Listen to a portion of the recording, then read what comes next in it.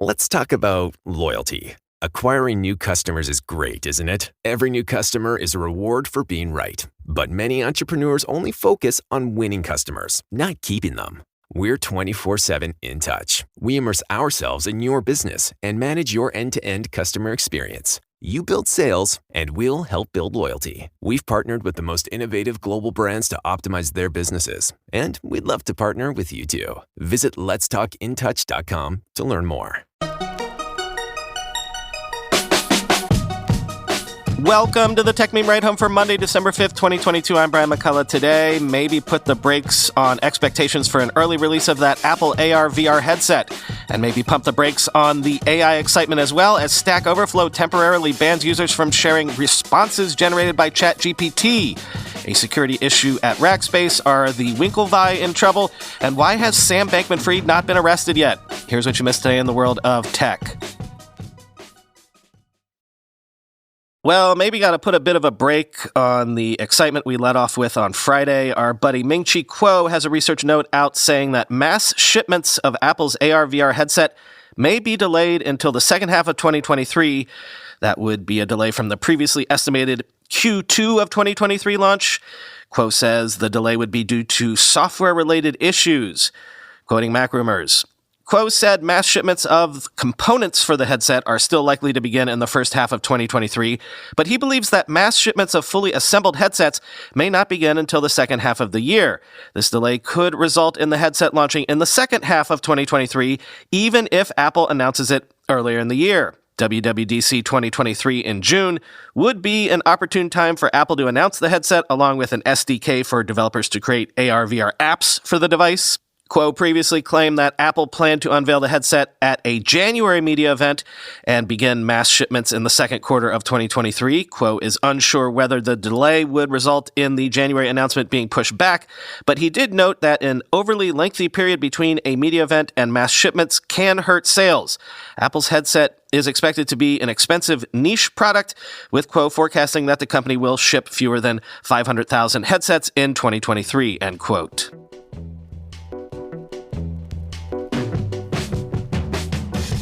Following up on another recent Apple headline, a source is telling Reuters that Foxconn expects its Zhengzhou plant to resume full production in late December or early January, but plans may change. November revenue at Foxconn apparently dropped 11.4%.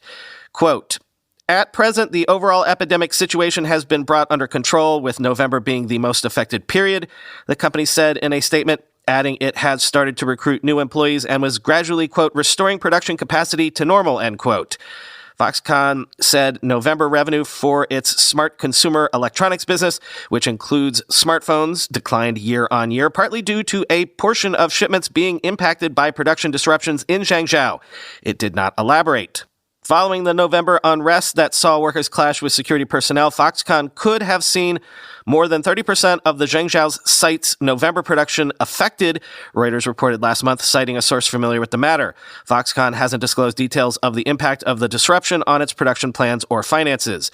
The capacity is now being gradually resumed, with new staff hiring underway, said the person with direct knowledge of the matter. The person declined to be named as the information was private. Quote, "If the recruitment goes smoothly, it could take around 3 to 4 weeks to resume full production," the person said, pointing to a period around late December to early January. A second Foxconn source familiar with the matter said the company is hoping to resume full production as soon as possible, but was not able to give a timeline. Quote, "The situation has stabilized," the person said, referring to the protests and the government's easing of COVID restrictions. "The local government is actively helping with the resumption," end quote.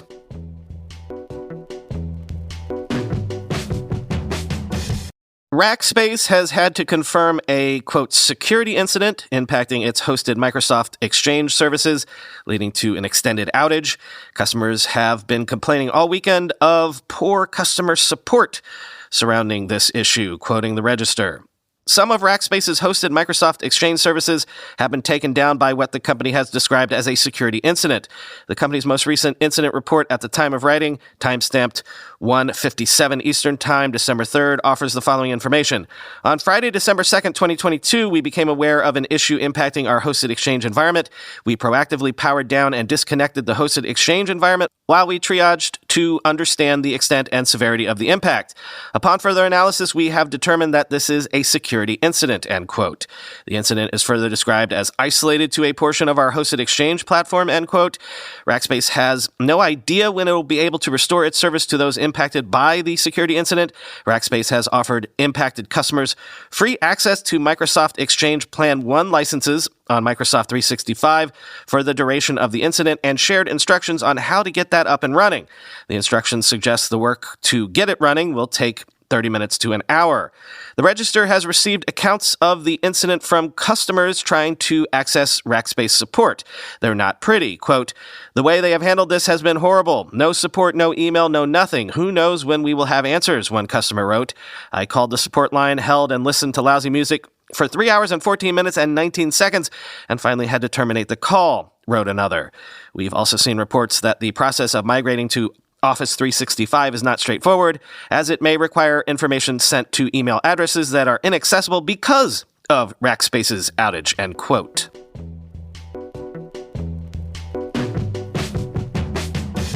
And maybe pump the brakes on all the AI excitement, or maybe not, because maybe this headline can be read as bullish, as it could show disruption already happening because of these AI advances.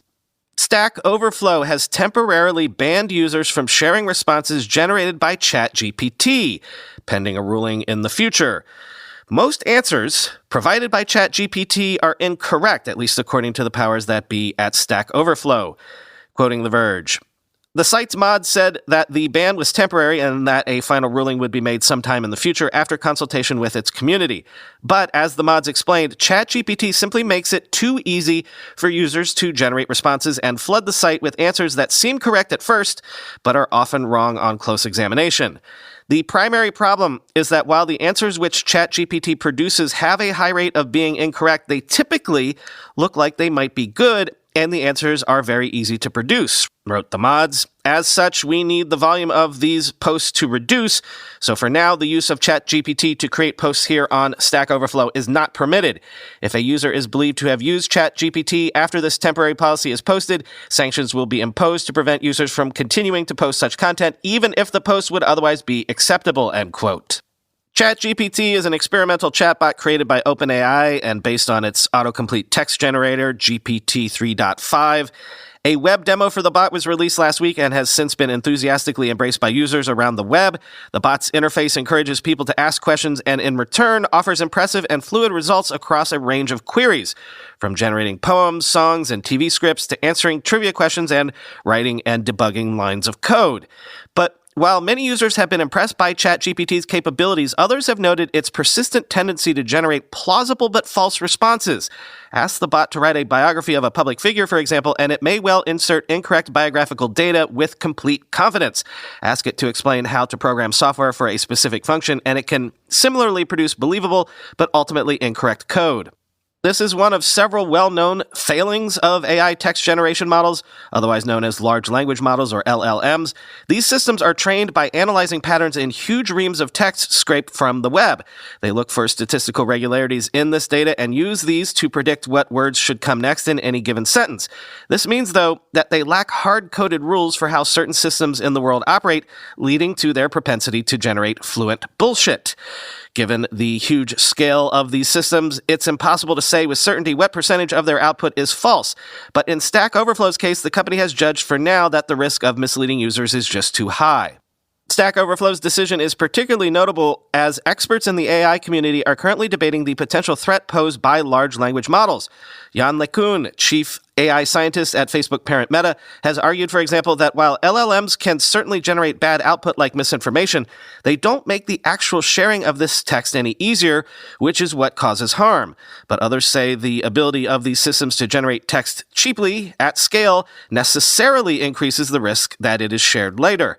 To date, there has been little evidence of the harmful effects of LLMs in the real world, but these recent events at Stack Overflow support the argument that the scale of these systems does indeed create new challenges. The site's mods say as much in announcing the ban on ChatGPT, noting that the volume of these AI-generated answers, thousands, and the fact that the answers often require a detailed read by someone with at least some subject matter expertise in order to determine that the answer is actually bad, has effectively swamped our volunteer-based quality curation infrastructure, end quote. The worry is that this pattern could be repeated on other platforms, with a flood of AI content drowning out the voices of real users with plausible but incorrect data. Exactly how this could play out in different domains around the web, though, would depend on the exact nature of the platform and its moderation capabilities. Whether or not these problems can be mitigated in the future using tools like improved spam filters remains to be seen, end quote.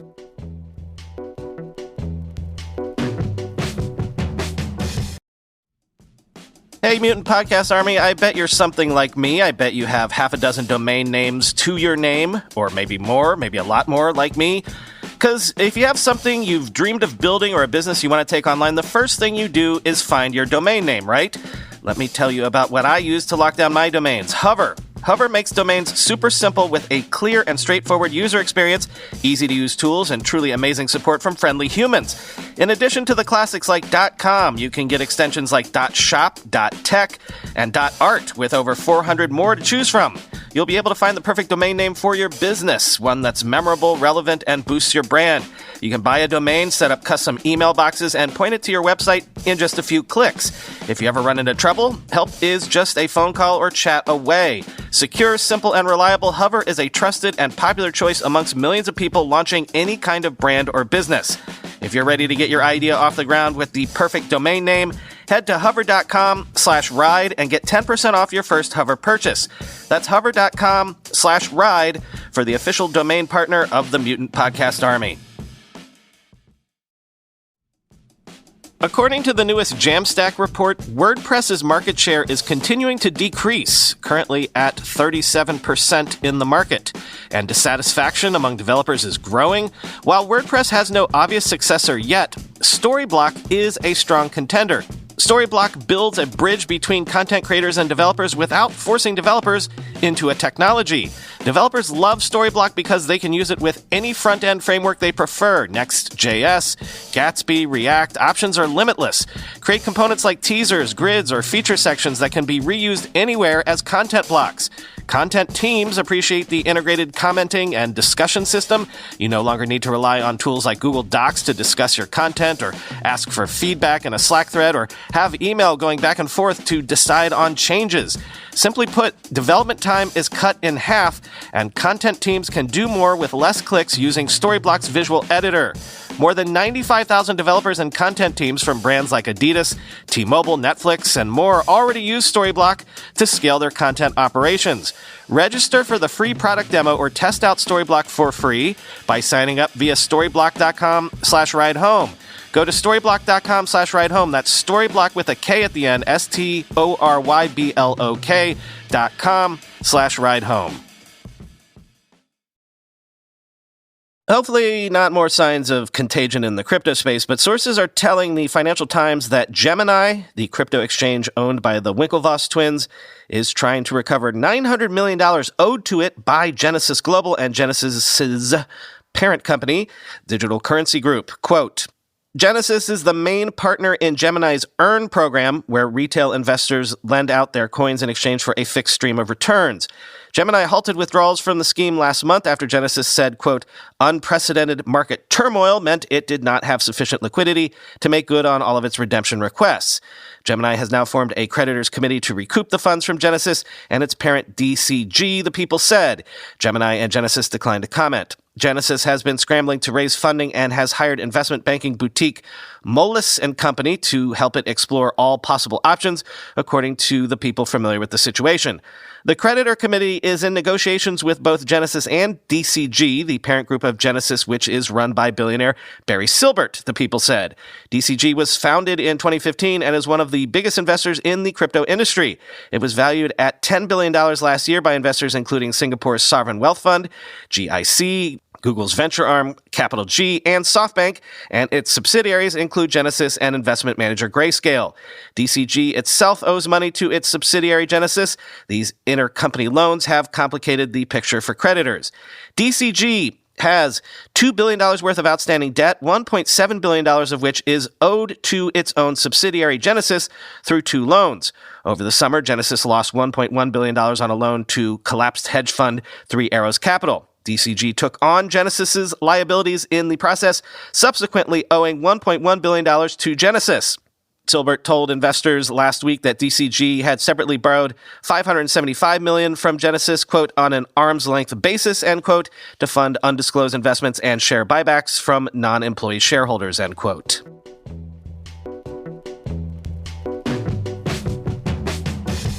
And finally today, if you're in the crypto space, you don't need me to tell you that Sam Bankman Fried has continued his all-out publicity blitz, agreeing to be interviewed by all and sundry, including lowly podcasts and YouTube channels. So people all weekend have been asking the question, why is he able to do this? Why has he not been arrested yet? Well, in Intelligencer, Ankush Kardori makes the plausible case that, unlike, say, Bernie Madoff, SBF has not yet confessed to any criminal conduct, arguing instead that FTX's collapse was purely sloppiness on his part. That likely means a U.S. prosecution could take some time to come together. Quote, let's start with the actual circumstances of Bernie Madoff's arrest. The scheme was not detected by the government or the media, infamously, but was in fact revealed by Madoff himself, who confessed the whole thing to his sons once he realized that he could not keep up the fraud. According to the criminal complaint filed on the day of his arrest, Madoff told his sons, quote, that he was finished, that he had absolutely nothing, that it's all just one big lie, and that it was basically a giant Ponzi scheme, end quote. His sons called the FBI, and 2 days later, 2 agents showed up at his home and asked whether, quote, there's an innocent explanation for what Madoff had told his sons. Madoff literally replied, quote, there is no innocent explanation, end quote. At the risk of stating the obvious, the reason Madoff was arrested so quickly is because he confessed to every element of criminal fraud, including both the underlying scheme and his criminal intent. This meant that the FBI had both that confession and highly potent admissible evidence of guilt in the form of testimony from his adult children who had no apparent axe to grind. We have not seen anything like a real admission of criminal conduct from SBF yet, and so far as I can tell, he has held firm on a central point for his defense, that the epic, still unspooling fiasco at FTX was the result of sloppiness and inadvertent missteps by the company's leadership, rather than an intentional effort to mislead FTX customers or investors. This means that the Justice Department will need to try to get to the bottom of it by conducting an investigation that could take a long time, which is not to say that it will take SBF's claim at face value. In fact, I am sure it will not, since his comments on the most prominent issue at the moment, FTX's transfer of customer funds to SBF's hedge fund, Alameda Research, and the subsequent loss of more than $1 billion, have been transparently evasive and substantively meaningless. We have seen this before, down to eerily familiar media minutia. In 2016, just days after the Wall Street Journal published its first expose about Theranos, Elizabeth Holmes took the stage for an interview at a conference organized by the paper in which she insisted that the whole thing was a huge misunderstanding. I certainly understand why people would bristle at all those sources of potential delay, but this sort of investigative slog is much more common in a white-collar case than a quick arrest. For instance, it took almost a year for the U.S. Attorney's Office in Manhattan, which is reportedly handling the FTX investigation, to charge the founder of the electric truck startup Nikola with fraud, even though the short-selling firm Hindenburg Research seemingly did all of the work when it published a lengthy report that precipitated the investigation in the first place. And it took nearly 2 years for the department to charge Holmes, even after the journal's John Carreyrou publicly exposed the central problems at Theranos. Prosecutors at the Justice Department cannot and do not simply indict people based on what they read in the press, no matter how damning it may seem. Even if they desperately want to charge someone, prosecutors have to conduct their own investigation to develop robust, admissible evidence of criminal misconduct, which requires gathering and reviewing documents and data, speaking with witnesses, and perhaps above all, time, end quote.